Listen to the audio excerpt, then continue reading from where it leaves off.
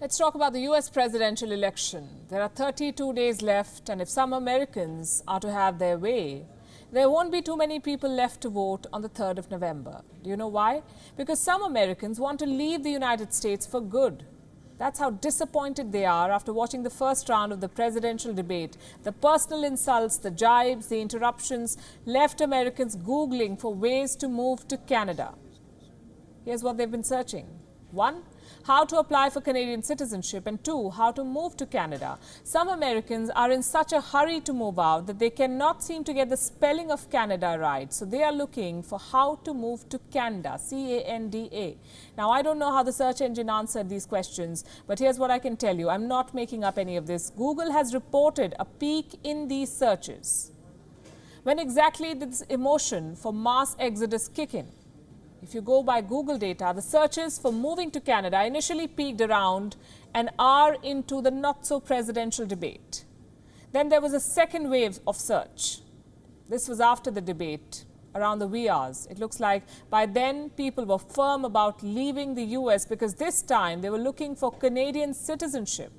They asked Google how to get Canadian citizenship. The search was most popular in Massachusetts. It was followed by Washington and Michigan. This is not the first time, though, that Americans are contemplating moving to the other side of the border. There was a similar wave after the election of George W. Bush back in 2004. Did people want to move to Canada after Donald Trump's election too? Google says yes, they did. The searches are piling up. So are the lawsuits.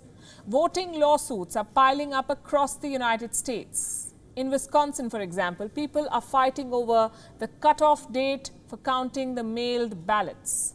In Ohio, there is a problem with drop boxes. In North Carolina, it is witness requirement. In Pennsylvania, it is the cutoff date again. According to reports, hundreds of such voting lawsuits have made their way to American courts.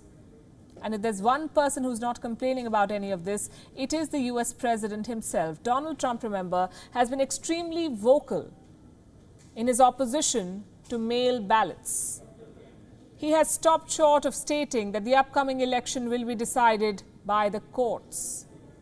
Trump said, and I quote, "This is going to be a fraud like you've never seen."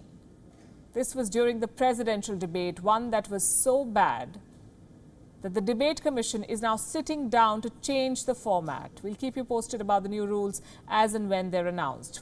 Thank you for watching Gravitas on WION's YouTube channel. If you want to stay up to date with what's happening around the world, then subscribe to our channel and don't forget to like and share. Thank you very much for watching WION. World is One.